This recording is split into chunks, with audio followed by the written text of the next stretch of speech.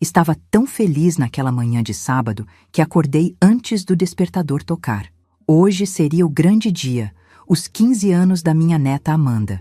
Havia sonhado com essa festa por meses, desde que meu filho Ricardo me ligou para contar que finalmente iriam fazer uma celebração grandiosa para a menina.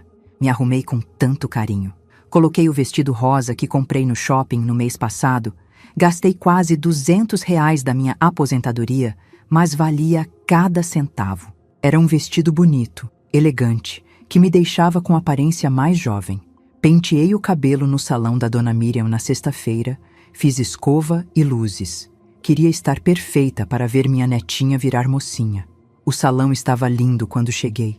Decoração rosa e dourado, balões por todos os lados, uma mesa de doces que parecia coisa de revista. 120 convidados, como Ricardo havia me contado. Toda a família estava lá. Meus irmãos, cunhados, primos, amigos do trabalho dele, vizinhos, colegas de escola da Amanda. Um verdadeiro evento. Amanda estava linda de princesa, com aquele vestido rodado que eu ajudei a escolher quando fomos ao shopping juntas no mês passado. Ela correu para me abraçar assim que me viu, mas percebi que a Márcia, minha nora, fez uma cara estranha e logo chamou a menina para tirar fotos com os outros convidados. Mas, antes de continuarmos com essa história, eu peço gentilmente que você se inscreva no canal, curta o vídeo e me diga de qual cidade você está me ouvindo. Me encantaria saber aonde está chegando as nossas histórias. Procurei meu lugar na mesa principal, onde imaginei que estaria sentada. Afinal, eu era a avó da aniversariante, tinha todo o direito de estar ao lado da família. Mas quando me aproximei, Ricardo veio em minha direção com uma expressão que nunca tinha visto antes. "Mãe, a mesa da família está lotada", ele disse olhando para os lados como se estivesse com vergonha. "Sente-se na cadeira de plástico lá no fundo do quintal, junto com o cachorro de estimação da família." Por um momento, achei que tinha ouvido errado. Olhei para ele esperando que dissesse que era brincadeira, mas seus olhos estavam frios, distantes. As pessoas ao redor pararam de conversar e ficaram nos olhando. Senti o sangue subir para o rosto, as mãos começaram a tremer, mas consegui manter um sorriso no rosto. "Claro, meu filho, sem problema nenhum", respondi com a voz mais firme que consegui. Caminhei até o fundo do quintal, onde realmente havia uma mesa improvisada com cadeiras de plástico branco. Era onde estavam sentados o caseiro, a faxineira e algumas pessoas que eu não conhecia.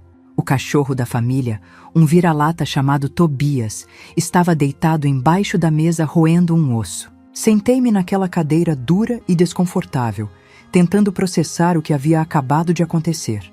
Meu filho, que eu carreguei no colo por 2 anos porque nasceu prematuro, que eu cuidei sozinha depois que o pai dele nos abandonou, que eu sustentei vendendo quitutes na porta da escola para que ele pudesse estudar, tinha acabado de me humilhar na frente de 120 pessoas. Durante todo o tempo que fiquei ali, observando a festa de longe, tentei entender o que tinha feito de errado. Será que falei alguma coisa inadequada? Será que meu vestido não estava apropriado?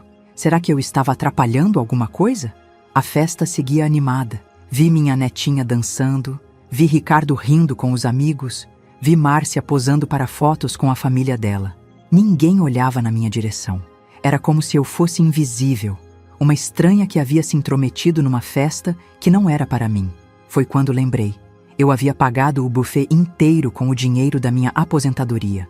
R$ 3.000 que economizei durante 6 meses, cortando gastos em tudo. Não comprei roupas novas, não fui ao médico particular, vivi de arroz e feijão para juntar esse dinheiro e dar uma festa digna para minha neta. Peguei o celular dentro da bolsa com as mãos tremendo. Encontrei o número da empresa de buffet e disquei. Do outro lado, atendeu a mesma moça simpática que havia contratado os serviços. "Boa tarde. Aqui é Lourdes Ferreira. Sou a cliente que contratou o buffet para a festa de 15 anos hoje." Falei baixinho para ninguém escutar. "Boa tarde, senhora Lourdes. Como está correndo a festa? Espero que tudo esteja perfeito." Ela respondeu animada. "Na verdade, preciso cancelar tudo agora", disse fechando os olhos. Houve um silêncio do outro lado da linha. "Cancelar, senhora? Mas a festa já começou, nosso pessoal já está servindo." "Eu sei, querida, mas preciso cancelar. Podem recolher tudo e ir embora, por favor." "Mas, senhora, isso vai causar um transtorno enorme. Tem mais de 100 pessoas na festa. Eu entendo. Podem ir embora. Obrigada pelos serviços prestados até agora. Desliguei o telefone e fiquei observando. Em poucos minutos, vi o pessoal do buffet conversando entre si, depois se dirigindo até Ricardo. Vi meu filho gesticulando, depois olhando desesperado na minha direção. O pessoal começou a recolher os pratos, a comida, as bebidas. As luzes do salão se apagaram uma por uma. O som parou de tocar. Os garçons desapareceram com as bandejas. Em questão de 20 minutos, a festa que estava animada virou um caos silencioso. Ricardo veio correndo na minha direção, o rosto vermelho de raiva. Mãe, o que você fez? O que você fez com a festa da Amanda? Me levantei daquela cadeira de plástico, ajeitei a alça da bolsa no ombro e olhei bem nos olhos dele. Fiz exatamente o que você me pediu, meu filho. Me retirei para onde você achou que eu deveria estar. Caminhei em direção à saída do salão sem olhar para trás. Ouvi Márcia gritando alguma coisa. Ouvi Amanda chorando. Ouvi o burburinho dos convidados confusos, sem entender o que estava acontecendo. Mas não parei. Na porta do salão, encontrei minha neta correndo atrás de mim. Vovó, por favor, não vá embora. Eu quero você aqui. Abracei Amanda com força, beijei seu rosto molhado de lágrimas. Vovó te ama muito, minha princesa. Nunca se esqueça disso. Saí daquele salão de festa com a dignidade que me restava, mas por dentro, meu coração estava despedaçado em 1000 pedaços. Enquanto caminhava pela rua escura em direção ao ponto de ônibus, uma única certeza me acompanhava. Minha vida precisava mudar, e essa mudança começaria naquela mesma noite. Cheguei em casa naquela noite com os pés doendo e o coração pesado. Tirei o sapato que havia comprado especialmente para a festa e me sentei no sofá da sala, ainda vestindo aquele vestido rosa que agora parecia uma fantasia ridícula. Olhei ao redor da minha casa simples, com os móveis antigos que havia conseguido comprar ao longo dos anos trabalhando como doméstica, e me perguntei como tinha chegado até ali. Era impossível dormir. Fiquei a noite inteira pensando, repassando cada momento da festa, cada palavra do Ricardo, cada olhar de desdém da Márcia. Mas não eram só as memórias daquela noite que me atormentavam. Era como se uma comporta tivesse se aberto na minha mente, e agora todas as lembranças dolorosas viessem à tona de uma vez só. Lembrei da primeira vez que senti que era tratada como segunda opção. Foi no casamento do Ricardo, há 8 anos. Eu havia economizado durante meses para comprar um vestido bonito, queria estar elegante para ver meu filho se casar. Quando cheguei à igreja, descobri que meu lugar era na 3ª fileira, enquanto os pais da Márcia estavam na 1ª, ao lado do altar. Questionei a organizadora e ela me disse que as ordens eram claras: família da noiva na frente, família do noivo atrás. Mas o que mais doeu foi perceber que o próprio Ricardo havia decidido isso. Quando perguntei a ele depois da cerimônia, ele disse que os pais da Márcia haviam pago a festa toda, então era justo que ficassem em posição de destaque. Eu, que tinha criado aquele menino sozinha, trabalhando de sol a sol para dar educação e dignidade a ele, fui colocada em segundo plano porque não tinha dinheiro suficiente para bancar um casamento de 20 mil reais. Desde então, parecia que minha função na vida tinha mudado completamente. Eu não era mais a mãe que recebia ligações para saber como estava. Não era mais a avó que era convidada para almoços em família ou passeios com a neta. Eu tinha virado uma espécie de banco ambulante, procurada apenas quando alguém precisava de dinheiro. Quando Amanda nasceu, eu queria tanto ajudar a cuidar dela. Ofereci para ficar alguns dias na casa deles nos primeiros meses. Mas Márcia disse que a mãe dela já estava cuidando de tudo. Ofereci para fazer comida, para ajudar com as tarefas domésticas, para dar banho na bebê. Sempre tinha uma desculpa. A mãe da Márcia já tinha providenciado, ou eles já tinham contratado alguém, ou não era necessário porque estava tudo sob controle. Mas quando precisaram de 5 mil reais para a entrada do apartamento novo, aí sim meu telefone tocou. Mãe, você pode nos ajudar? É só um empréstimo, a gente paga em 6 meses. Ricardo disse com aquela voz carinhosa que só usava quando queria alguma coisa.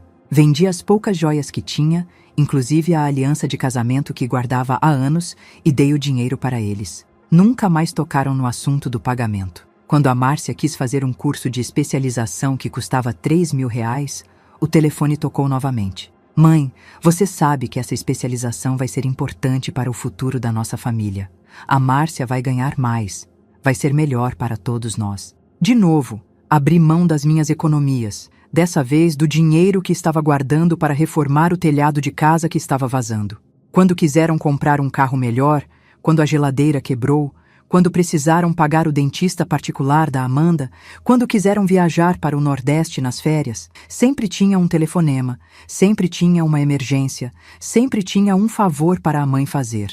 E eu sempre dizia que sim, sempre encontrava um jeito de ajudar, sempre colocava as necessidades deles antes das minhas. Mas os convites para participar da vida deles, esses nunca chegavam. Descobri que eles faziam churrascos todo fim de semana na casa da Márcia e eu nunca era chamada. Soube por acaso quando minha vizinha comentou que tinha visto fotos no Facebook da família toda reunida, comendo na área de lazer do prédio onde os pais da Márcia moravam. Ai, Lourdes, que família bonita você tem! Vi as fotos do churrasco de domingo, a Amanda estava uma gracinha brincando com os primos, disse Dona Helena, minha vizinha. Eu sorri e agradeci o elogio, mas por dentro senti uma punhalada no peito. Domingo passado eu tinha ficado em casa sozinha, assistindo televisão, enquanto minha família estava se divertindo a poucos quilômetros dali. Quando questionei Ricardo sobre isso, ele disse que eram reuniões pequenas, informais, que não valia a pena me incomodar. Ah, mãe, você sabe como é. A gente come qualquer coisa, fica conversando besteira, não é nada demais. Mas pelas fotos que consegui ver depois, pareciam reuniões bem organizadas, com mesa farta e todo mundo arrumado. O Natal passado foi o auge da minha humilhação silenciosa. Perguntei para o Ricardo o que eles iriam fazer na ceia, se precisavam que eu levasse alguma coisa. Ele me disse que iam comemorar só eles três, sem visitas, porque a Márcia estava cansada do trabalho. Aceitei, passei o Natal sozinha comendo a rabanada que tinha feito, esperando ter com quem dividir. 2 dias depois, a filha da minha comadre me mostrou fotos das redes sociais. Lá estava minha família comemorando o Natal na casa dos pais da Márcia, com mesa cheia de pessoas, com a Amanda ganhando presentes, com todo mundo rindo e se abraçando. Tinham mentido na minha cara, me excluído deliberadamente da celebração mais importante do ano. Naquela madrugada, sentada no meu sofá, ainda com o vestido da festa, percebi que havia um padrão em tudo isso. Eu só existia quando precisavam de dinheiro. Minha função era resolver problemas financeiros, socorrer em emergências, bancar caprichos e sonhos da família. Mas para os momentos de alegria, de convivência, de construção de memórias afetivas, eu era dispensável. O pior de tudo era perceber que eu havia aceitado essa situação por anos. Havia normalizado ser tratada como segunda opção. Havia me convencido de que era melhor assim, que pelo menos estava ajudando, que pelo menos eles me procuravam quando precisavam. Mas, na verdade, eu estava sendo usada. Enquanto essas lembranças passavam pela minha cabeça como um filme doloroso, ouvi um carro parando na frente de casa. Olhei pelo vitrô da porta e vi Ricardo descendo do carro com o rosto transtornado de raiva. Eram 2 horas da madrugada e ele havia vindo até minha casa depois da festa desastrosa. As batidas na porta começaram antes mesmo que eu conseguisse me levantar do sofá. Eram batidas fortes, impacientes, que faziam a casa toda tremer. Mãe, abre essa porta agora. Temos que conversar. Caminhei devagar até a porta, ainda descalça, ainda processando todas aquelas memórias que me machucavam. Do outro lado da madeira, escutava Ricardo andando de um lado para outro na varanda, resmungando palavras que não conseguia entender completamente. Coloquei a mão na fechadura, respirei fundo e sabia que quando abrisse aquela porta, minha vida nunca mais seria a mesma. Abri a porta e Ricardo entrou como um furacão. Nunca tinha visto meu filho daquele jeito, com os olhos injetados de raiva, o terno amarrotado, os cabelos despenteados. Ele passou direto por mim e foi direto para a sala, como se fosse dono da casa. Você destruiu a festa da sua própria neta. Tem noção do que fez? Ele gritou, virando para me encarar. 120 pessoas passaram vergonha por sua causa. A Amanda ficou traumatizada. Fechei a porta devagar e caminhei até a sala, mantendo a calma que nem eu mesma sabia de onde vinha. Eu destruí a festa?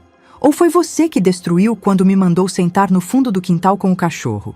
Ah, para com esse drama, mãe. Não tinha lugar na mesa principal. Que culpa eu tenho? Você podia ter se sentado em qualquer lugar sem fazer esse escândalo todo. Escândalo?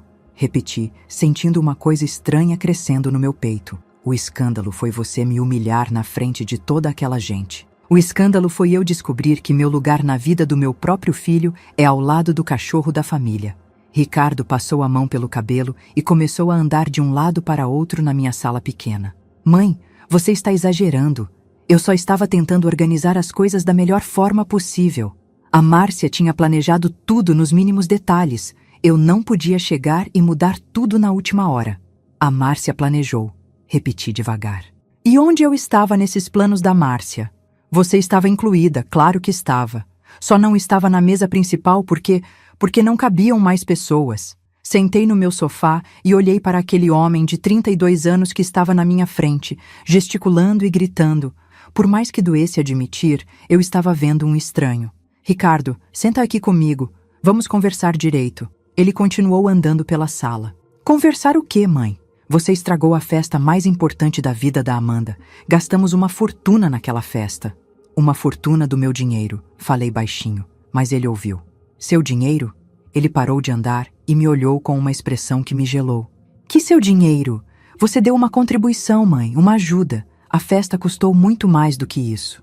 3.000 não é contribuição, Ricardo. É o que eu junto em 6 meses cortando em tudo. É o dinheiro que eu economizo deixando de comprar remédio para a pressão para comprar o genérico mais barato. Pela primeira vez desde que entrou, ele pareceu se dar conta do que estava dizendo, mas durou pouco. Mãe, ninguém mandou você se sacrificar assim.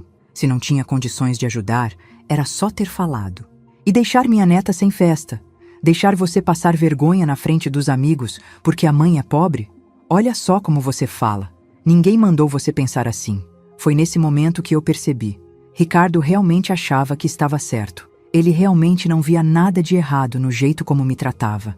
Para ele, era normal eu dar dinheiro e ficar em segundo plano. Era normal eu existir só quando precisavam de mim. Ricardo, me explica uma coisa. Falei me levantando do sofá. Por que eu não fui convidada para nenhum churrasco que vocês fazem todo fim de semana? Ele ficou desconcertado com a pergunta. Que churrasco? Não finge que não sabe. Toda semana vocês se reúnem na casa dos pais da Márcia. Eu vejo as fotos no Facebook das minhas conhecidas. Por que eu nunca sou chamada? Ah, mãe, são coisas simples, informais. E o Natal passado? Também foi simples e informal? Porque vi as fotos. Mesa cheia de gente, a Amanda ganhando presente, todo mundo feliz. Vocês mentiram na minha cara dizendo que iam ficar sozinhos. O rosto dele ficou vermelho. Por um momento, pensei que ele fosse admitir, pedir desculpas, explicar que tudo tinha sido um mal-entendido. Mas o que saiu da boca dele me deixou sem chão. A Márcia não se sente à vontade com você por perto, tá bom? Ela acha que você é muito intrometida, sempre querendo dar palpite em tudo, sempre criticando como a gente cria a Amanda. É mais fácil fazer as coisas em família sem ter que ficar preocupado se você vai gostar ou não. Intrometida? Sussurrei, sentindo como se tivesse levado um soco no estômago. É, mãe. Você sempre tem uma opinião sobre tudo. Sobre como a gente gasta o dinheiro. Sobre como a gente educa a Amanda. Sobre onde a gente vai nas férias. A Márcia fica estressada com isso. E você concorda com ela? Ricardo suspirou, como se estivesse cansado de me explicar coisas óbvias. Mãe, a Márcia é minha esposa. Tenho que apoiar ela. Se ela não se sente bem com você nas reuniões de família, eu tenho que respeitar isso. Fiquei alguns segundos em silêncio, processando o que tinha acabado de ouvir. Meu filho estava me dizendo, na minha cara, que a opinião da esposa dele sobre mim era mais importante do que nosso laço de sangue, que eu era um problema a ser gerenciado, não uma pessoa querida a ser incluída.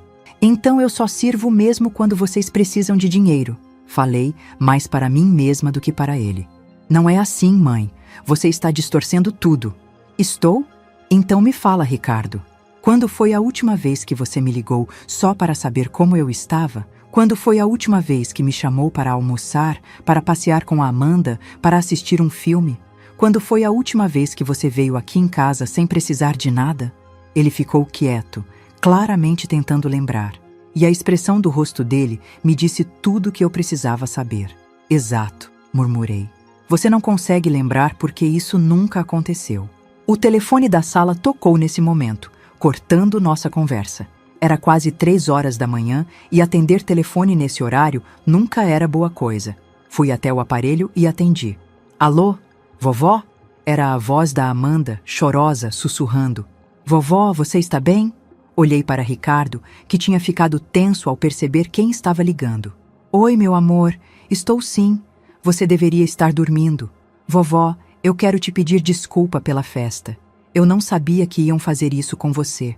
Amanda não precisa pedir desculpa por nada. Você não tem culpa de nada. Mas eu tenho sim. Ela começou a chorar do outro lado da linha. Eu sabia que a mamãe não gostava muito de você. Ela sempre falava que você era muito pegajosa, que ficava se metendo em tudo. Eu deveria ter defendido você. Senti o mundo girar ao meu redor. Márcia falava mal de mim para minha própria neta. Uma criança de 15 anos tinha que ouvir a mãe criticando a avó dela. Amanda, filha. E papai sempre concordava com ela. Eu já ouvi várias conversas deles falando que era melhor não chamar você para as coisas, porque você sempre criava problema. Mas vovó, você nunca criou problema nenhum. Você sempre foi carinhosa comigo. Ricardo se aproximou e fez sinal para eu dar o telefone para ele, mas eu me afastei. Amanda, onde você está ligando? Do quarto. Eles acham que eu estou dormindo. Vovó, eu sempre quis você nas festas da família. Sempre quis você nos churrascos. Mas sempre que eu perguntava, eles falavam que você estava ocupada ou que era melhor não incomodar você. Dá esse telefone aqui. Ricardo sussurrou ameaçadoramente. Mas eu o ignorei. Vovó, eu amo você. Não liga para o que aconteceu hoje. Quando eu crescer e sair de casa, a gente vai se ver sempre. Eu prometo. Eu também te amo muito, minha princesa. Muito mesmo. Quando desliguei o telefone, Ricardo estava me olhando com uma expressão que eu nunca tinha visto antes. Não era mais raiva. Era algo pior. Era frieza pura. Agora você já conseguiu o que queria, ele disse com uma voz gelada. Já virou minha própria filha contra mim. Eu não virei ninguém contra ninguém, Ricardo. A Amanda tem olhos e ouvidos. Ela sabe muito bem como vocês me tratam. Ele pegou as chaves do carro que tinha deixado em cima da mesa de centro. Sabe de uma coisa, mãe? Talvez a Márcia esteja certa mesmo. Talvez você seja muito complicada para conviver. Caminhando em direção à porta, ele parou e se virou para mim uma última vez. E sobre o dinheiro da festa? Pode esquecer. Você estragou tudo, então o prejuízo é seu mesmo. Eu peço gentilmente que você se inscreva no canal, curta o vídeo e me diga de qual cidade você está me ouvindo. Desta forma, você me motiva a continuar contando mais relatos para você. Ouvi o portão bater e o carro fazer barulho ao sair da rua. Fiquei parada no meio da sala, ainda de vestido rosa, ainda descalça, tentando processar tudo o que tinha acabado de acontecer. Meu filho tinha mostrado quem realmente era. E pela primeira vez na vida, eu estava vendo ele com clareza total. Passei o resto daquela madrugada sentada na cozinha, tomando chá de camomila e pensando em tudo o que tinha acontecido. Quando o sol nasceu, eu já havia tomado a decisão mais importante da minha vida. Não ia mais aceitar ser tratada como cidadã de segunda classe pela minha própria família. A primeira coisa que fiz foi trocar meu número de telefone.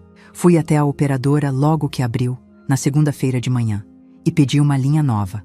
O rapaz que me atendeu perguntou se eu queria transferir os contatos, e eu disse que não. Queria começar do zero.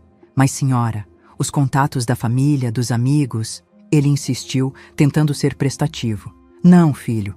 Os que realmente importam, eu vou passar o número novo. Os outros, se for da vontade de Deus, vão me encontrar de outro jeito. Durante a semana, ignorei as batidas na porta. Ricardo apareceu 3 vezes, sempre no mesmo horário que chegava do trabalho. Eu ficava quieta dentro de casa até ele ir embora. Não estava pronta para mais confrontos, mais mentiras, mais manipulação. Precisava de tempo para me organizar internamente. Na quinta-feira, tomei coragem e liguei para minha irmã, Conceição. Não falávamos há quase 2 anos, desde que ela havia me alertado sobre o comportamento do Ricardo, e eu acabei discutindo com ela, defendendo meu filho. Conceição? É a Lourdes. Houve um silêncio do outro lado. Lourdes? Menina, que surpresa! Como você conseguiu meu número? Pedi para a comadre Rosalina. Conceição, eu preciso conversar com você. Posso aparecer aí hoje? Claro que pode. Você nem precisa perguntar. O que aconteceu? É melhor falar pessoalmente. Pode ser umas 2 horas da tarde? Conceição morava a 40 minutos de ônibus da minha casa, numa casinha simples que ela dividia com a filha mais nova. Quando cheguei lá, ela já tinha feito café e estava me esperando na varanda. Assim que me viu, abriu um sorriso enorme e me deu um abraço apertado. Irmã, quanto tempo! Você está mais magra. Está comendo direito? Sentamos na mesa da cozinha dela e eu contei tudo. A festa da Amanda, a humilhação, o cancelamento do buffet, a discussão com Ricardo na madrugada. Conceição me ouviu sem interromper, apenas balançando a cabeça de vez em quando. Lourdes, você sabe que eu sempre tentei te avisar sobre isso, né? Ela disse quando terminei de contar. Desde que o Ricardo casou com aquela mulher, eu percebia que alguma coisa estava errada. Lembra quando eu falei que achava estranho você nunca ser convidada para as coisas? Lembro. E eu briguei com você, achando que estava sendo preconceituosa com a Márcia. Eu nunca tive preconceito com ela, mas eu via como você era tratada e ficava com o coração apertado. Minha irmã, uma mulher trabalhadora, honesta, que criou aquele menino praticamente sozinha, sendo colocada de escanteio pela própria família. Conceição pegou na minha mão por cima da mesa. Você fez certo em cancelar aquele buffet. Fez certo em colocar limite. Já estava na hora. Conceição, eu me sinto perdida. Não sei mais qual é o meu lugar no mundo. Durante anos, minha vida girava em torno de ajudar eles. Agora, não sei nem quem eu sou. Você é a Lourdes Ferreira. É minha irmã mais nova, que sempre foi guerreira, que trabalhou a vida toda, que tem um coração do tamanho do mundo. O problema é que você esqueceu disso por um tempo, mas agora está na hora de lembrar. Saí da casa da Conceição me sentindo um pouco mais forte. Ela tinha razão.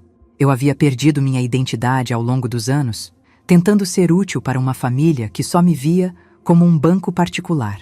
No fim de semana, resolvi organizar minha casa de um jeito que nunca tinha feito. Tirei da gaveta do quarto as fotos da família que eu guardava, separei as que eram só minha com a Amanda e guardei o resto numa caixa. Não estava jogando fora, apenas organizando minha vida emocional. Encontrei um álbum velho com fotos das amigas do tempo em que eu trabalhava como doméstica na casa da Dona Eulália. Éramos um grupo de 4 mulheres que se davam muito bem. Eu, Conceição, Socorro e Terezinha. Sempre nos encontrávamos na praça depois do trabalho para conversar e tomar um café. Procurei o número da Socorro no catálogo telefônico antigo que guardava numa gaveta. Para minha surpresa, ela ainda morava no mesmo endereço de 15 anos atrás. Disquei o número novo que eu tinha e torci para ela atender. Alô? Socorro? É a Lourdes Ferreira. Lourdes! Menina do céu! Que saudade! Como você está? Estou bem, Socorro. Estava com saudade e resolvi ligar. Você ainda mora na mesma casa? Moro sim. E você não imagina como fico feliz de saber de você. A Terezinha sempre pergunta o que foi que aconteceu com você. Por que você sumiu do nosso grupo? Lembrei então por que havia me afastado das amigas. Ricardo sempre reclamava quando eu saía para encontrar elas. Dizia que eu ficava gastando dinheiro à toa com café e lanche, que tinha mais o que fazer em casa. E a Márcia sempre inventava alguma emergência nos dias que eu marcava encontro com minhas amigas. Alguma situação em que eles precisavam de mim. Socorro, eu tenho saudade demais de vocês. Será que podemos nos encontrar um dia desses? Claro que podemos. Que tal sábado que vem na Praça do Mercado? Chamamos a Terezinha também. A Conceição, você deve ter o número. Tenho sim. Vou ligar para ela também. Lourdes, aconteceu alguma coisa? Você sumiu de uma hora para outra. A gente ficou preocupada. Respirei fundo. Aconteceu sim, Socorro, mas é conversa para quando nos encontrarmos pessoalmente. Quando desliguei, percebi que estava sorrindo pela primeira vez em muito tempo. Tinha esquecido como era bom ter amigas de verdade, pessoas que se importavam comigo sem querer nada em troca. Na terça-feira seguinte, estava lavando louça quando o telefone tocou. Era um número que eu não conhecia. Alô? Vovó? Sou eu, Amanda. Meu coração disparou. Amanda, como você conseguiu meu número novo? Pedi para a tia Conceição quando encontrei ela na rua ontem. Vovó, eu posso conversar com você? Claro que pode, meu amor. Sempre. Vovó, as coisas aqui em casa estão muito tensas. Papai e mamãe ficam brigando por sua causa. Ela fica falando que você estragou a festa de propósito para humilhar eles, e papai fica dizendo que você sempre foi problemática mesmo. Senti uma pontada no peito ao ouvir isso, mas não estava mais surpresa. E você, Amanda? O que você acha? Eu acho que eles estão errados. Eu vi o jeito que eles trataram você na festa. Eu fiquei com vergonha dos meus próprios pais. Se fosse comigo, eu também teria feito alguma coisa. Amanda, filha, você não precisa escolher lado entre a gente. Seus pais são seus pais e eu sou sua avó. Isso nunca vai mudar. Mas, vovó, eu quero continuar falando com você. Posso te ligar às vezes? Posso te ver? Você pode me ligar sempre que quiser. E quando você tiver idade para sair sozinha, pode vir me visitar sem precisar avisar ninguém. Vovó, posso te contar uma coisa? Pode. Semana passada eu escutei uma conversa do papai e da mamãe. Eles estavam falando que era melhor mesmo você ter sumido, que assim não iam mais ter dor de cabeça. E que se você quisesse voltar a fazer parte da família, ia ter que aceitar as regras da mamãe. Que regras, Amanda? Que você não pode dar palpite em nada, não pode reclamar se não for chamada para as coisas e não pode enchê-los de perguntas sobre onde eles vão ou o que eles fazem. Fiquei alguns segundos em silêncio, digerindo essa informação. Eles queriam que eu voltasse para a família como uma espécie de fantoche, alguém que dava dinheiro quando pedissem e ficava quieta no canto o resto do tempo. Vovó, você está aí? Estou sim, filha, estou pensando. Vovó, você vai aceitar essas regras? Olhei pela janela da cozinha e vi minha vizinha, Dona Helena, regando as plantas no jardim. Ela acenou para mim com um sorriso e eu acenei de volta. Pensei nas minhas amigas que ia encontrar no sábado, na minha irmã que tinha me recebido de braços abertos, na casa pequena mas digna onde eu morava. Não, Amanda, respondi com uma firmeza que nem eu sabia que tinha. Não vou aceitar. E agora, vovó? O que você vai fazer? Sorri pela segunda vez naquela semana. Agora, minha princesa, vovó vai viver. O encontro com as amigas na praça do mercado foi como um remédio para minha alma. Socorro chegou com aquele sorriso largo de sempre. Terezinha me deu um abraço que durou uns 2 minutos e Conceição trouxe um bolo de fubá que ela sabia que era minha paixão. Menina, você sumiu mesmo, disse Terezinha, me examinando de cima a baixo. Está mais magra, mas está com cara de quem está se libertando de alguma coisa. Contei para elas tudo o que tinha acontecido. Elas me ouviram sem julgar, apenas balançando a cabeça e sussurrando palavras de apoio. Socorro, que sempre foi a mais direta do grupo, foi quem resumiu tudo. Lourdes, você estava sendo usada, minha filha. Isso que aconteceu foi Deus abrindo seus olhos para você acordar. É verdade, concordou Terezinha. Família não é quem tem o mesmo sangue. Família é quem te quer bem, quem te respeita, quem te inclui na vida deles por amor, não por interesse. Saí daquele encontro me sentindo mais leve do que me sentia há anos. Marcamos para nos encontrar toda semana. E pela primeira vez em muito tempo, eu tinha algo para esperar com ansiedade boa. Foi Conceição quem sugeriu que eu me inscrevesse no grupo da terceira idade da igreja do bairro. Irmã, você precisa conhecer gente nova, fazer atividades diferentes. Não pode ficar em casa ruminando o passado. Na primeira terça-feira que fui ao grupo, estava nervosa como uma adolescente no primeiro dia de escola. Fazia tanto tempo que eu não me relacionava com pessoas novas que tinha esquecido como era. O grupo se reunia numa sala ao lado da igreja, todas as terças e quintas, das 2 às 4 da tarde. Eram cerca de 20 pessoas, a maioria mulheres, mas tinha alguns homens também. A coordenadora era uma senhora chamada Irmã Francisca, que me recebeu com um carinho que me fez lembrar da minha mãe. Seja bem-vinda, Lourdes. Aqui a gente conversa, faz trabalhos manuais, às vezes tem palestras sobre saúde e uma vez por mês fazemos um passeio. Foi num desses encontros que conheci Antônio. Ele estava sentado numa cadeira, um pouco afastado do grupo, tricotando um cachecol azul com uma concentração admirável. Achei curioso ver um homem tricotando e acabei puxando conversa. Que bonito esse trabalho! É para alguém especial? Ele levantou os olhos e sorriu. Era um homem de mais ou menos 62 anos, cabelos grisalhos, olhos gentis por trás de óculos de grau. É para minha neta. Ela mora em São Paulo e sempre reclama que lá faz frio. Você tem jeito para trabalhos manuais. Onde aprendeu? Minha esposa me ensinou. Ela faleceu há 3 anos e eu continuei tricotando porque me lembra dela e também porque me acalma. Conversamos durante toda aquela tarde. Antônio havia sido funcionário público, tinha 2 filhos que moravam em outros estados e desde que a esposa morreu, vivia sozinho numa casa não muito longe da minha. Ele cozinhava, cuidava da casa e estava aprendendo a viver essa nova fase da vida. E você, Lourdes, tem filhos? Tenho um filho, respondi, e pela primeira vez não senti vontade de falar mais sobre o assunto. Ah, que bom, filho é uma bênção. Às vezes, murmurei, e ele percebeu que era um assunto delicado.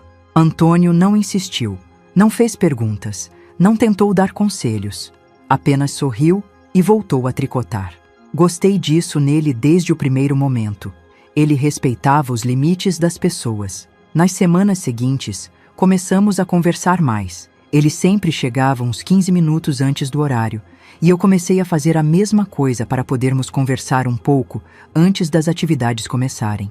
Descobri que ele gostava de ler, que fazia caminhada todas as manhãs no parque, que cozinhava muito bem e que tinha um senso de humor delicioso.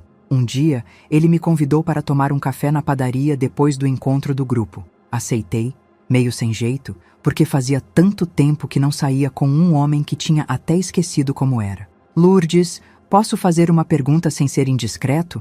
Ele disse, enquanto tomávamos café com pão de açúcar. Pode. Você parece uma pessoa que está se reconstruindo. Aconteceu alguma coisa difícil na sua vida recentemente? Olhei para aquele homem gentil que mal me conhecia, mas que tinha um jeito respeitoso de se interessar pelas pessoas, e resolvi contar. Não tudo, mas o suficiente para ele entender que eu estava passando por uma fase de mudanças. Tive alguns problemas com meu filho. Descobri que nossa relação não era o que eu pensava que fosse. Isso deve ter sido muito doloroso. Foi, mas também foi libertador, de certa forma. Antônio assentiu com a cabeça, como se entendesse exatamente o que eu estava querendo dizer. Às vezes a gente precisa perder algumas pessoas para encontrar outras. E às vezes a gente precisa perder algumas versões de nós mesmos para encontrar quem realmente somos. Esse comentário me marcou tanto que ficou na minha cabeça por dias. Antônio havia resumido em 2 frases tudo o que eu estava sentindo. Nossa amizade foi crescendo devagar, sem pressa, sem pressão. Ele me convidava para caminhar no parque aos domingos, eu o convidava para almoçar em casa aos sábados. Descobri que ele fazia uma lasanha deliciosa e ele descobriu que eu fazia o melhor bolo de cenoura da região. Foi durante um desses almoços de sábado que meu telefone tocou. Era Amanda. Vovó, posso falar com você? É urgente. Claro, meu amor. O que aconteceu? Vovó, a mamãe está no hospital. Ela teve um infarto ontem de noite. Senti o mundo girar. Por mais problemas que eu tivesse com Márcia, não desejava mal a ela. Como ela está, Amanda? Está estável, mas os médicos disseram que vai precisar fazer uma cirurgia.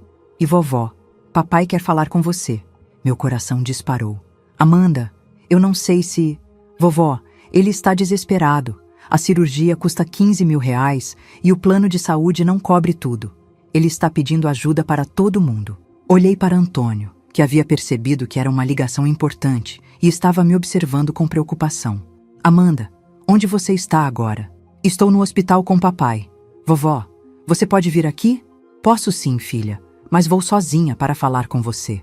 Não quero conversa com seu pai agora. Tá bom, vovó. Obrigada. Quando desliguei, Antônio perguntou se estava tudo bem. Expliquei a situação e ele ofereceu para me acompanhar ao hospital. Não para interferir, ele disse. Só para você não ir sozinha numa situação difícil como essa. No hospital, encontrei Amanda no corredor, de olhos vermelhos de chorar. Ela correu para me abraçar quando me viu. Vovó, que bom que você veio. Como está sua mãe, filha? Ela está sedada. O médico disse que a cirurgia é para amanhã cedo. E seu pai? Está no telefone tentando conseguir dinheiro emprestado. Vovó, ele já ligou para todo mundo da família, para os amigos, para os colegas de trabalho. Ninguém pode emprestar essa quantia.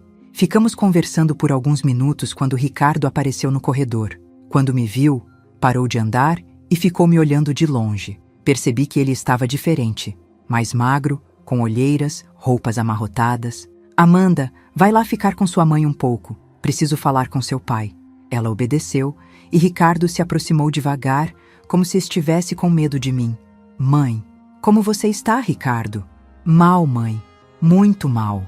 Ele parecia querer chorar, Márcia pode morrer se não fizer essa cirurgia e eu não tenho o dinheiro. Olhei para meu filho, para aquele homem que havia me machucado tanto e senti pena, mas não mais aquela necessidade desesperada de resolver todos os problemas dele.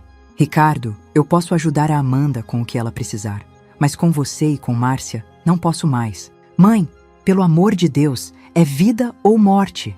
Ricardo, você me disse há pouco tempo que eu era problemática, que sua esposa não gostava de mim, que era melhor mesmo eu ter sumido da família de vocês. Você não pode querer que eu volte só quando precisa de dinheiro. Ele ficou em silêncio por um momento, processando o que eu havia dito. Mãe, eu errei. Eu sei que errei. Errou mesmo. E agora precisa arcar com as consequências das suas escolhas. Mas mãe... Ricardo, encontra outro jeito. Procura um empréstimo no banco, vende alguma coisa, pede ajuda para a família da Márcia. Comigo, não conta mais. Saí daquele hospital com o coração pesado, mas com a certeza de que havia feito a coisa certa. Antônio me acompanhou até em casa e fez um chá para me acalmar. Você fez o que achou correto, ele disse. E coragem para estabelecer limites também é uma forma de amor. Foi nessa tarde que percebi que Antônio havia se tornado muito mais do que um amigo para mim. 6 meses se passaram desde aquele dia no hospital. Márcia se recuperou bem da cirurgia. Eles conseguiram um empréstimo no banco para pagar o procedimento. Amanda me contou que os pais dela tiveram que vender o carro e se mudar para um apartamento menor, mas que estava tudo bem. Meu relacionamento com Antônio floresceu de uma maneira que eu nunca imaginei ser possível aos 61 anos de idade. Não era aquela paixão desenfreada dos filmes. Era algo muito melhor. Era companheirismo, respeito, carinho genuíno e a alegria de descobrir que eu ainda podia me sentir especial para alguém. Ele me tratava como uma princesa, abria a porta do carro para mim, puxava a cadeira quando íamos ao restaurante, lembrava de datas importantes, me elogiava sinceramente, perguntava minha opinião sobre tudo. Era tão diferente de qualquer relacionamento que eu já tinha tido que às vezes eu me perguntava se era real. Lourdes, ele disse numa terça-feira depois do grupo da terceira idade. Posso te fazer uma proposta? Estávamos sentados no banquinho da pracinha em frente à igreja, observando as crianças brincarem enquanto as mães conversavam. Que proposta? Que tal a gente não viver mais sozinho? Que tal a gente compartilhar a vida de verdade? Meu coração disparou. Antônio, você está... Estou pedindo você em casamento, sim. Ele sorriu com aquele jeito tímido que me encantava. Não tenho anel, não tenho discurso bonito, não tenho nada grandioso para oferecer. Só tenho amor sincero e vontade de cuidar de você pelo resto dos meus dias. Comecei a chorar ali mesmo, na frente de todo mundo. Chorar de felicidade, de alívio, de gratidão por descobrir que a vida ainda tinha surpresas boas guardadas para mim. Sim, Antônio, claro que sim. Ele me abraçou ali no banquinho da praça e eu senti que estava fechando um ciclo e começando outro completamente novo. Decidimos fazer uma cerimônia simples no cartório, só com as pessoas mais próximas. Eu queria que Amanda fosse minha madrinha, e Antônio convidou o filho que morava mais perto, em Campinas, para ser testemunha dele. Vovó, eu estou tão feliz, Amanda disse quando contei para ela pelo telefone. O senhor Antônio parece ser uma pessoa maravilhosa. É sim, minha princesa. Você vai gostar muito dele. Vovó, posso te fazer uma pergunta? Você convidou o papai para o casamento? Fiquei alguns segundos em silêncio. Era uma pergunta que eu sabia que ia aparecer, mas ainda não tinha decidido completamente. Amanda, seu pai me magoou muito. Não sei se estou pronta para ter ele no dia mais importante da minha nova vida. Eu entendo, vovó. Só queria saber. Por que você perguntou, filha? Porque ele anda diferente, mais quieto, mais pensativo. Acho que ele está arrependido do jeito que tratou você, mas não sabe como se desculpar. Amanda, arrependimento é bom, mas não apaga o que foi feito e não me obriga a perdoar mais rápido do que meu coração consegue. Eu sei, vovó. Só estou contando. O casamento seria numa sexta-feira de manhã, dia 23 de setembro, no cartório do centro da cidade. Convidei minhas amigas do grupo, minha irmã Conceição e, obviamente, Amanda. Antônio convidou o filho, 2 amigas da época da esposa dele e o pessoal do grupo da terceira idade. Na quinta-feira à noite, estava arrumando o vestido que ia usar, um vestido rosa claro que comprei especialmente para a ocasião, quando o telefone tocou. Alô, Vovó, é a Amanda. Vovó, o papai está aqui do meu lado e quer falar com você. Pode ser? Respirei fundo. Não estava esperando essa ligação na véspera do meu casamento. Pode. Ouvi Amanda passando o telefone e depois a voz do Ricardo. Mãe? Oi, Ricardo. Mãe, eu soube do seu casamento. Amanda me contou. E? Houve um silêncio longo do outro lado da linha. Mãe, eu queria te pedir desculpa por tudo, pelo jeito que te tratei, pelas coisas que falei, por ter deixado você de fora da nossa família. Ricardo, deixa eu terminar, mãe. Por favor. Sua voz estava tremendo. Eu errei muito. Eu fui egoísta, insensível, ingrato. Você não merecia nada daquilo. Você sempre foi uma mãe maravilhosa. E eu te tratei como se você fosse um problema na minha vida. Senti meus olhos se encherem de lágrimas, mas não falei nada. Mãe, eu sei que não tenho direito de pedir nada depois de tudo que fiz, mas queria muito estar presente no seu casamento. Não para atrapalhar, não para fazer drama, só para te ver feliz e para mostrar que eu reconheço que você merece toda a felicidade do mundo. Ricardo, eu não sei. Mãe, se você disser que não quer, eu vou respeitar. Mas se você deixar, eu gostaria muito de estar lá. Olhei pela janela do quarto e vi Antônio na varanda da casa dele, regando as plantas que ele cuidava com tanto carinho. Pensei em tudo que eu havia vivido nos últimos meses, na força que encontrei para recomeçar, na paz que encontrei para perdoar sem esquecer. Ricardo, você pode ir, mas quero que você entenda uma coisa. Sua presença lá não significa que estamos voltando ao que éramos antes. Significa apenas que eu escolho não levar mágoa para a minha nova vida. Eu entendo, mãe. Muito obrigado. E Ricardo, sim? Não espere que eu volte a ser a mãe de antes, que resolvia todos os seus problemas e aceitava qualquer tratamento. Se você quiser fazer parte da minha vida de alguma forma, vai ter que ser com respeito. E nos meus termos. Eu entendo. Obrigado, mãe. O dia do casamento amanheceu ensolarado e bonito. Me arrumei com carinho, penteei o cabelo, me maquiei levemente, e quando me olhei no espelho, vi uma mulher que eu não reconhecia. Uma mulher feliz, realizada, que brilhava de dentro para fora. Antônio estava lindo de terno preto quando chegamos ao cartório. Amanda estava radiante de vestido amarelo e me abraçou como se não me visse há anos. Vovó, você está linda.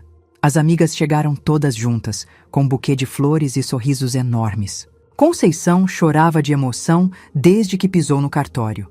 O filho do Antônio era um homem gentil que me cumprimentou com muito carinho e disse que o pai estava completamente apaixonado. Quando estávamos quase começando a cerimônia, vi Ricardo entrar no cartório.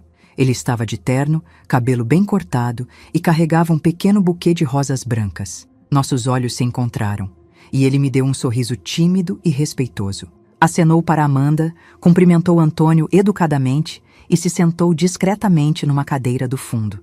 A cerimônia foi simples e emocionante. Quando o juiz perguntou se eu aceitava Antônio como meu marido, respondi sim, com uma firmeza e uma alegria que ecoaram por todo o cartório. Quando ele perguntou se Antônio me aceitava como esposa, a resposta dele me fez chorar. Aceito, com muita honra e gratidão. Depois da cerimônia, fomos almoçar num restaurante pequeno e aconchegante que Antônio havia reservado. Ricardo se aproximou de mim na saída do cartório. Mãe, você estava linda e parece muito feliz. Obrigada, Ricardo. Mãe, posso te dar um abraço? Olhei para ele, para aquele homem que um dia foi meu bebê, que um dia foi minha razão de viver, que me machucou profundamente, mas que agora estava tentando se redimir. Pode. Foi um abraço diferente de todos que já tínhamos dado. Não foi um abraço de mãe que perdoa tudo e esquece tudo.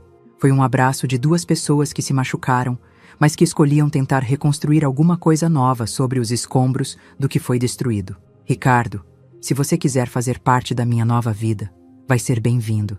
Mas do jeito que eu escolher, no ritmo que eu escolher. Eu entendo, mãe, e eu vou me esforçar para merecer. No almoço, me senti rodeada de amor verdadeiro.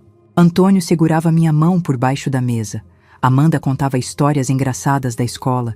Minhas amigas riam alto demais. Conceição chorava de felicidade a cada 5 minutos. Até Ricardo, sentado numa ponta da mesa, parecia genuinamente feliz por me ver bem.